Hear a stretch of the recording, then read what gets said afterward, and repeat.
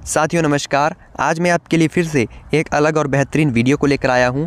आज हम बात करने वाले हैं ये जो गाय आज आप अपनी मोबाइल स्क्रीन के ऊपर देख रहे हैं, इसकी प्रेगनेंसी को हम चेकआउट करेंगे कि क्या यह प्रेग्नेंट है या फिर नहीं। पूरा इस वीडियो में मैं आपको प्रैक्टिकली बताऊंगा इसके बारे में, कैसे प्रेगनेंसी को चेक कर सकते हैं, कितने महीने की प्रेगनेंसी को चेक किया गया, कैसे चेक किया गया, किस मेथड से चेक किया गया, किन किन बातों का हमें ध्यान देने की आवश्यकता होती है। A to Z पूरी जानकारी मैं आपको दूंगा। तो इसी तरह की प्रैक्टिकली वीडियोस देखने के लिए आप हमारे इस YouTube चैनल को लाइक, शेयर और सब्सक्राइब ज़रूर कीजिएगा। तो चलिए शुरू करते हैं।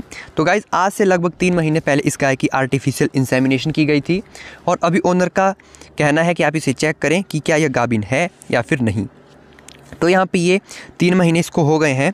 तो अब हम बात करते हैं कि 3 महीने में हमें क्या क्या फील होता है जब हम प्रेगनेंसी को डायग्नोस करने के लिए जाते हैं। तो यहाँ पर हम रेक्टल पैल्पेशन मेथड के माध्यम से इसकी प्रेगनेंसी को डायग्नोस करते हैं, जो कि गाय और भैंस में एक आम तरीका है प्रेगनेंसी को डायग्नोस करने का। तो यहाँ पे जब भी आप रेक्टम के अंदर हाथ डालते हैं तो रेक्टम के अंदर जितनी भी मात्रा में गोबर भरा हुआ होता है उसको बाहर निकाल लीजिए। और जो आपको पीडी करनी है तो बिल्कुल जेंटली हाथों से करनी है। बहुत ज़्यादा ज़ोर ज़बरदस्ती जो है यहाँ पे ज़रूरत नहीं होती है करने की। हमें सिर्फ फीटस को महसूस करना होता है, इससे ज़्यादा कोई भी कार्य करने की आपको ज़रूरत नहीं है। तो जब भी आप प्रेगनेंसी को डायग्नोस करते हैं तो आप एक अनुभवी पशु चिकित्सक से ही अपनी गाय और भैंस की प्रेगनेंसी को डायग्नोस करें। तो यहाँ पे दोस्तों एक बात और शेयर करना चाहता हूँ, पहाड़ी और शहरी इलाकों का जो पशुओं का मैनेजमेंट होता है वो अलग अलग होता है। तो यहाँ पर एक फ़नी मूवमेंट कैप्चर हो गया है। यहाँ पे जगह बहुत कम है, जिसकी वजह से मुझे यहाँ पे इस तरह से, जो आप देख सकते हैं, इस तरह से इसकी प्रेगनेंसी को डायग्नोस करना पड़ रहा है। तो जब हम 2 या 3 महीने की प्रेगनेंसी को चेकआउट करते हैं गाय और भैंस में, तो हमें क्या चीज़ देखने को मिलती है।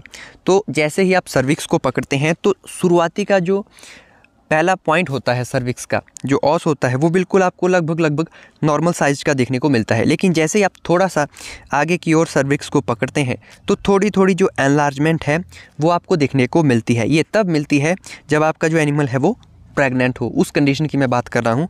अगर प्रेग्नेंट नहीं है वो कंडीशन भी मैं आपको बताऊँगा।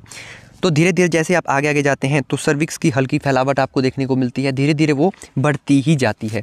और जब आप यूट्रस तक जाते हैं, हॉर्न्स को फील करते हैं, तो जिस भी हॉर्न में ओव्यूलेशन हुआ होगा लेफ़्ट राइट में, उसमें आपको एक फुटबॉल की आकृति के समान जो उभार होता है वो आपको वहाँ पे फील हो जाता है। और फिटस का जो लगभग साइज़ होता है 3 मंथ की कंडीशन में, वो लगभग 10 से 15 सेंटीमीटर तक इंक्रीज़ हुआ आपको देखने को मिल जाता है।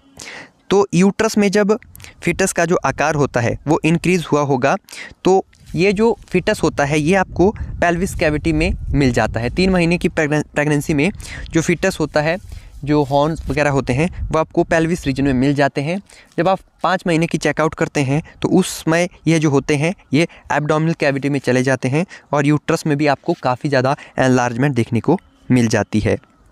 और इसमें क्या होता है कि सर्विक्स, यूट्रस और जो वेजाइना होता है, इसका जो खिंचाव होता है वो अंदर की तरफ होता है।